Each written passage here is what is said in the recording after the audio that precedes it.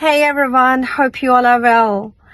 Financial health after the divorce. Quite an important topic, quite an important area that we need to look after. Especially when the kids are involved, you want to make sure you look after them while you look after yourself. So something I got, different people said different things at the time I was getting divorced, and I was like, I don't know what to do. So I'll talk about what advice I was given and what I did and what I recommend after experiencing all of that. So advice from my lawyers always was, try to get maximum you can. And every time they would say, do you want this? Do you want this? And I used to say, it's like, I just want to finish it off and start my life and start earning myself and start, see where I go. And I just really was over so many discussions between the lawyers, his lawyer, my lawyer, all of that. It was not nice. So the good thing though was we actually were poor as a couple, and there wasn't much to divide. So it was kind of blessing in disguise. And then my friends were very supportive. They would, help me, loan me money if I needed to. So it was quite nice to have supportive people around me. And these were the friends I built from mother's groups and not someone that I knew for a very long time. And then relatives were strange. So this is more extended family. And I remember one of my cousin's wife, she said, you don't have to work, just calculate how you can get the maximum pension. And that really hit me. And I was like, how long you get pension for, and why am I going to rely on the government money to raise my child and feed us? So different people will say different things. So one thing I've realized that sticking to your ethics, sticking to your plan is the good thing.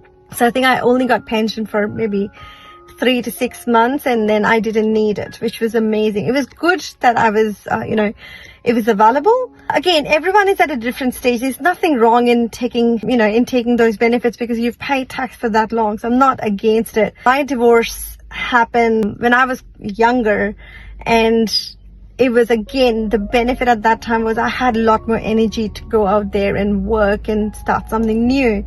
Whereas a lot of times when people are going through divorce, they are either at a later stage of their life, not that, like if I was to get divorced now, I'm not in any relationship, but probably would be harder now, because it's at, it's 15 years down the track that I got divorced. Anyway, so I've got 7 points that I want to talk about.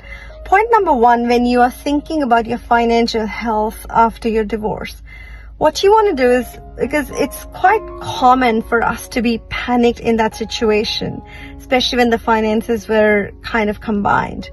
So number 1 is going to be pause. Pause before you plan.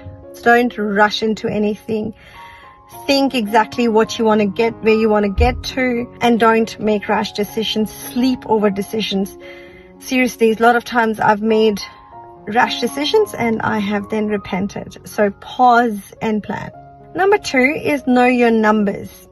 It's a good idea to understand where you're at financially, how much would you need. And so it was interesting because I am an accountant, and when you're going through divorce, I think your brain just doesn't work, right?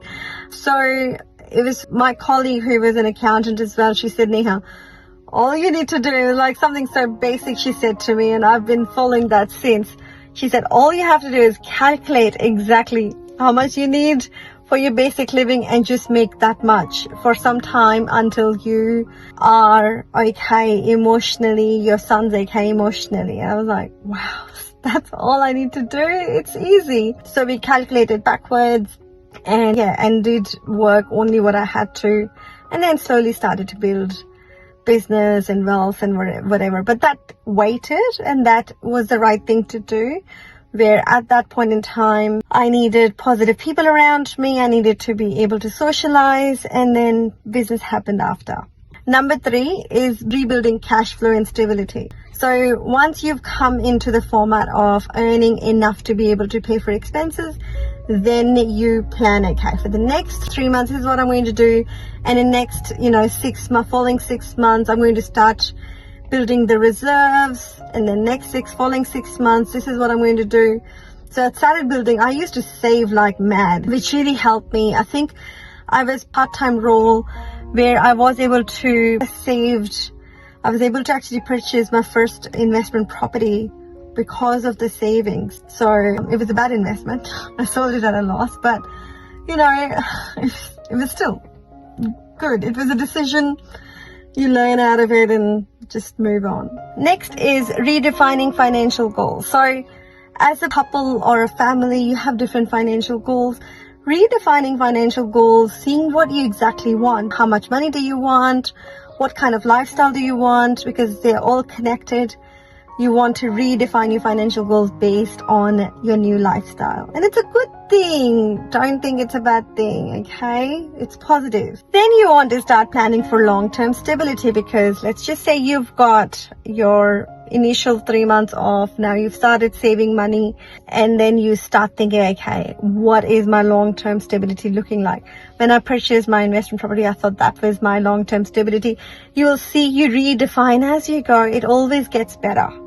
Only gets better. And then the last but the most important one is emotional wealth. You will already know, and I live that experience every time, that as long as everyone is okay emotionally around me, I'm able to build wealth very, very easily. So to build financial wealth, we need to look after our emotional wealth, because that is very much connected. If you have peace at home, you can achieve anything.